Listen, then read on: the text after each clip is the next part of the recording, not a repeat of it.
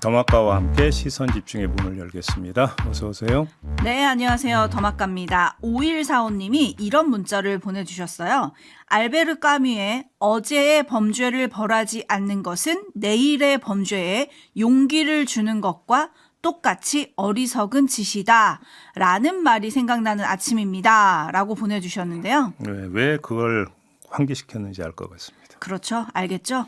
그 뉴스 바로 가보겠습니다. JB타임즈 오늘 주목할 첫 번째 뉴스 오디오로 먼저 만나보시죠. 피고인은 반성하지 않습니다. 양형에 참작할 사유가 없고 오히려 중한형을 정해야 합니다. 따라서 법정형 중 최저형으로 형을 정함은 마땅하지 않습니다. 법정형 중 최저형이 아닌 형은 사형밖에 없습니다. 이에 피고인 윤석열에게 사형을 구형합니다.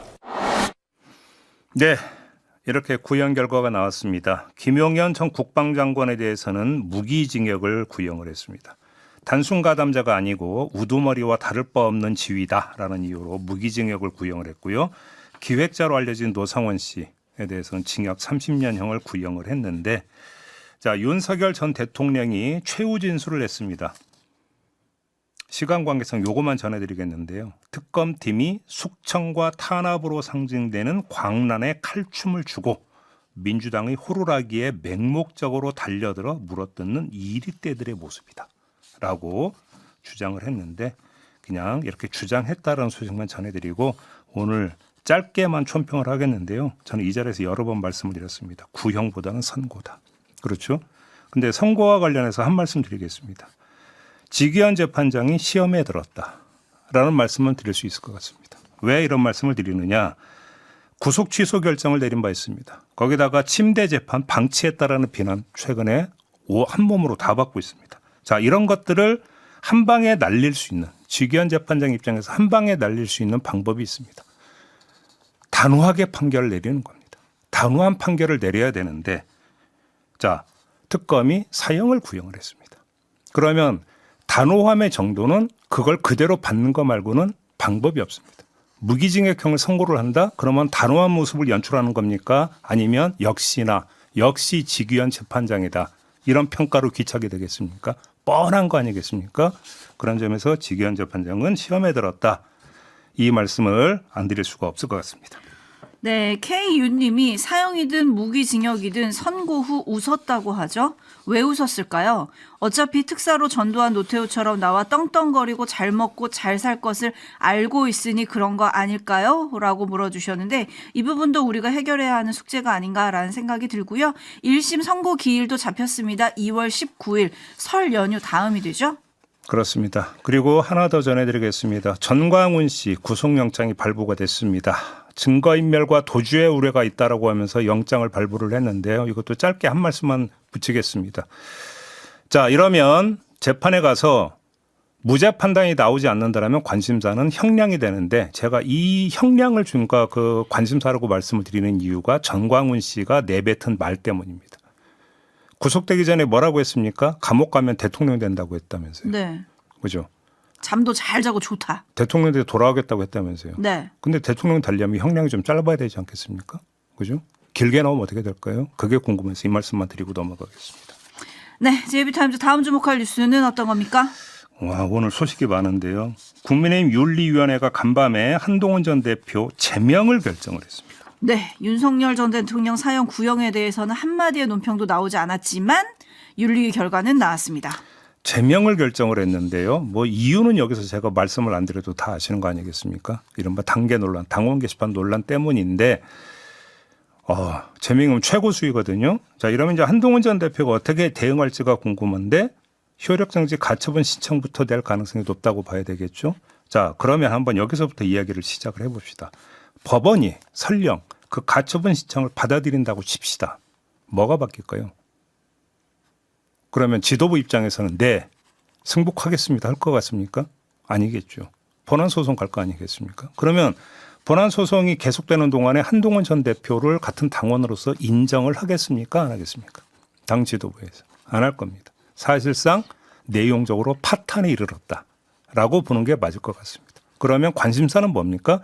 파탄에 이르렀는데 그러면 한동훈 전 대표가 자기 살 길을 모색하기 위해서 어떤 액션을 취하는지 이거 말고는 관심사가 남은 게 없다라는 거죠. 그게 법적 투쟁 말고 뭐 법정에 가서 따지는 거 말고 정치적으로 어떻게 할 것인가. 남아있는 거 딱 이거 하나밖에 없다. 이 말씀만 드리겠습니다.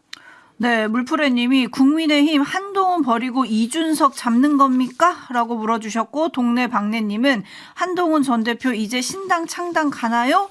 라고 물어주셨는데, 일단 어제 윤리 결정 직후에 한동훈 전 대표가 페이스북에 딱 한 줄을 올렸습니다. 국민과 함께 민주주의를 지키겠습니다. 라고 입장을 밝혔고요. 박민영 미디어 대변인은 이거를 또 링크를 한 다음에 이렇게 적었습니다. 우리는 드루킹을 민주주의라고 부르지 않습니다. 지금 신당 창당하느냐라고 하는 어떤 질문에 어떤 댓글이 달렸다고 보니까 제가 한 말씀을 드리겠습니다. 신당 창당도 그렇게 녹록한 일이 아닐 것이다. 두 가지 문제가 있습니다. 첫째, 신당 창당의 효과를 극대화할 수 있는 유일한 방법은 원내 교섭단체 구성할 수 있는 의원 수를 확보를 해야 됩니다. 그런데 이른바 친한계라고 불리는 의원들의 면면을 볼 때 그러면 20명을 채우느냐. 제가 볼 때는 안 되거든요. 거기다가 이른바 친한계로 불리는 의원의 상당수는 비례대표입니다. 그러면 비례대표는 자진 탈당을 하면 의원직이 상실되어 버립니다. 당에서 제명을 해줘야 됩니다. 근데 당에서 제명을 해주겠습니까? 그러면 원내 교섭단체 구성이 안 된다. 그러면 그것이 도대체 무슨 존재감을 갖느냐. 개혁신당급으로 내려간다. 개혁신당이 지금 의원수 3명 아니겠습니까? 이게 하나가 있습니다. 또 한 가지. 지금 신당을 창당을 한다면 당연히 언론은 어떤 식으로 묘사를 하겠습니까? 그래서 지방선거에 어떻게 되느냐로 연결을 지을 겁니다. 근데 오늘이 1월 14일입니다. 지금부터 신당 창당을 모색을 한다 하더라도 아무리 그러니까 초스피드로 간다 해도 한두 달 걸립니다. 그래서 지방선거에 임한다? 거기서 무슨 결과가 나올 수 있는데요. 그런데 거기서 그러니까 소기의 성과를 거두지 못하면 그 순간에 어떻게 되는 겁니까? 존재감은 더 떨어져 버린다는 것입니다. 그러니까 한동훈 전 대표 입장에서는 이러지도 못하고 저러지도 못하는 상황에 내몰려 버렸다. 이렇게도 볼 수 있다는 얘기입니다. 근데 개혁신당급으로 내려간다고 지금 JB가 말씀해 주셨는데 의원수. 네네. 근데 이준석 대표도 사실 이런 과정을 거쳐서 지금 개혁신당으로 간 거잖아요. 사실 어떻게 보면. 그렇죠. 근데 결론적으로 어제 장도혁 대표랑 이준석 대표가 만났잖아요. 네. 참 이 모습은 또 어떻게 봐야 되는 겁니까 그러면? 그러니까 이제 문제는 정치라고 하는 것이 또 사람이 하는 것이 정치 아니겠습니까? 그렇기 때문에 예를 들어서 이성도 작용을 할 거고 계산속도 작용을 하겠지만 또 한편으로는 감정도 작용을 하는 게 정치라는 것입니다. 그러면 친소 관계라는 것도 있겠습니다. 누가 더 싫어가지고 A라는 사람이 너무 싫어가지고 B도 별로지만 그래도 B하고 손잡는 것도 정치고 그렇죠.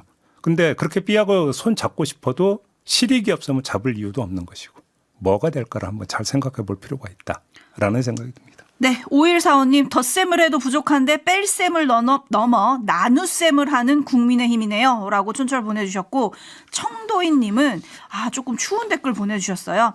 하이에나는 무리를 지을 때 사자도 위협하지만 무리에서 떨어지면 들깨떼의 먹이가 되기도 합니다. 오유.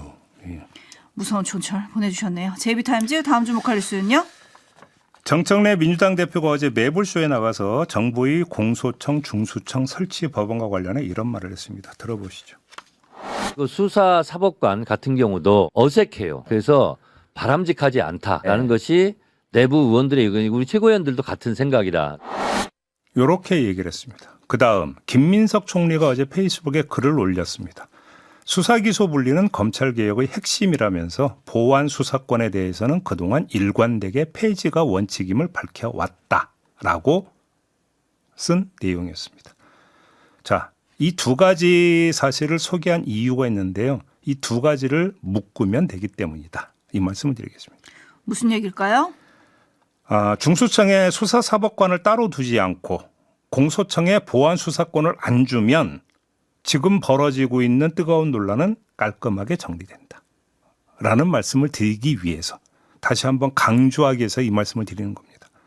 그 노파 시임 때문에 다시 한번 확인해서 말씀을 드리면 이 두 가지를 연결짓는 건 그리고여야지 또는이 되면 안 된다. 또는이라고 하는 것이 뭐냐면 수사사법권을 안 두거나 보안수사권을 안 주거나 둘 중에 하나만 할 수 있다가 돼버리면 논란은 가시지 않을 것이다. 논란을 가시게 만드는 방법은 뭐냐? 둘 다여야 된다. 이 점을 강조해서 말씀을 드리는 겁니다. 근데 하나 궁금한 게 있습니다. 정청래 대표가 어제 매불쇼 이후에 네. 또 유튜브 박시영 TV에 출연을 했습니다. 거기서는 보안 수사 요구권 정도 주면 된다 이런 얘기를 했거든요. 네. 그러니까 이건 괜찮은 겁니까? 이게 이제 그러면? 그건 당 입장이죠. 근데 또 이제 정부하고 조율 과정이 남아 있으니까 지금 하는 얘기 아니겠습니까? 그렇죠? 네. 근데 강경파들은 보안 수사 요구권도 안 된다는 거 아니에요? 글쎄요.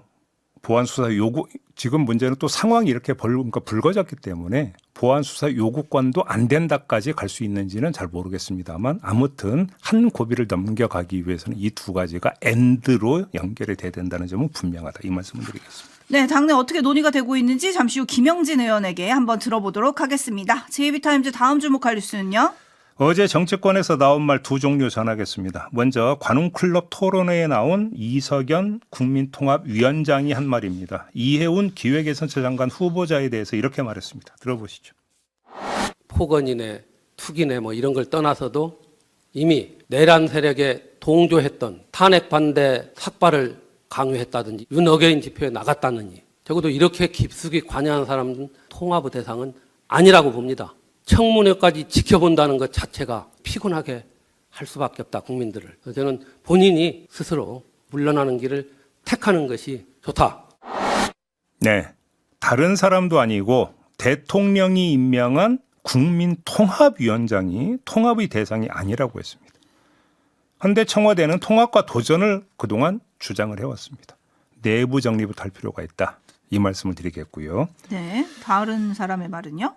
박민영 국민의힘 미디어 대변인의 말인데요. 조금 전에 한동훈 전 대표 제명 결정이 나왔다라고 했는데 제명 결정이 나오기 전에 했던 말. 그 당의 어떤 정서와 분위기를 알기 위해서 그래도 이거 한 번은 좀 확인하고 넘어갈 것 같아서 좀 전해드려야 될 것 같은데요.